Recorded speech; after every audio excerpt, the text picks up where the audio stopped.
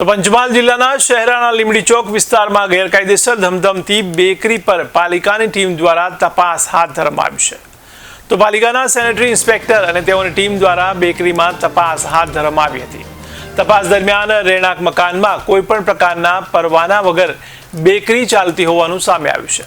ત્યારે ઉત્પાદન માટેનો પરવાનો, ખોરાક અને ઔષધ નિયમનનો પરવાનો, નગરપાલિકાનો ગુમાસ્તા ધારાનો પરવાનો અને કોઈપણ પ્રકારના માર્કા વગર બ્રેડ અને ટોસ્ટનું વેચાણ કરાતું હોવાનું પણ સામે આવ્યું છે. ત્યારે પાલિકા દ્વારા ગેરકાયદેસર ચાલતી બેકરી સામે કાર્યવાહી કરી ₹5,000નો દંડ ફટકાર્યો છે. ત્યારે બેકરી ચલાવવા અંગેના જરૂરી કાગળો રજૂ ન કરે ત્યાં સુધી પાલિકા દ્વારા બેકરીને બંધ કરાવવામાં આવી છે. શહેરા નગરપાલિકા લીંબડી ચોક વિસ્તારની અંદર બેકરી આવેલી છે, જેની ઘણી બધી ફરિયાદો ઉઠી હતી. જેને અનુલક્ષીને અમારા નગરપાલિકા ચીફ ઓફિસર સાહેબની સૂચના અનુસાર અમોએ આજ રોજ નગરપાલિકાની ટીમ સાથે એ ફેક્ટરીની તપાસ કરેલ હતી.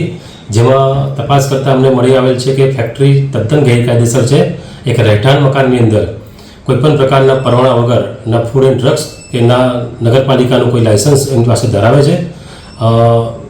તેઓ પોતાના ઘરની અંદર મશીનરી ગોઠવીને બ્રેડ તેમજ ટોસ જેવી ખાવાની ચીજો બનાવી રહ્યા છે, જે સમગ્ર શહેરમાં તેનું વેચાણ થાય છે, જેનો કોઈ માર્કો નથી, જેનું કોઈ લાયસન્સ નથી અને તદ્દન ગેરકાયદેસર હોય. અમે તેને આજ રોજ બંધ કરેલ છે. સ્થળ પર 5,000 દંડ લીધેલ છે.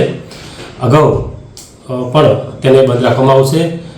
તેઓને અમે જાણ પણ કરેલ છે કે આગામી દિવસોમાં ફૂડ એન્ડ ડ્રગ્સનું લાયસન્સ તેમજ નગરપાલિકા ખાતે તેમની મિલકત કોમર્શિયલ કરાવીને પોતાનો ધંધો ચાલુ કરી શકશે. જીતેન્દ્રસિંહ રાઠોડ, સેનેટરી ઇન્સ્પેક્ટર શહેર નગરપાલિકા.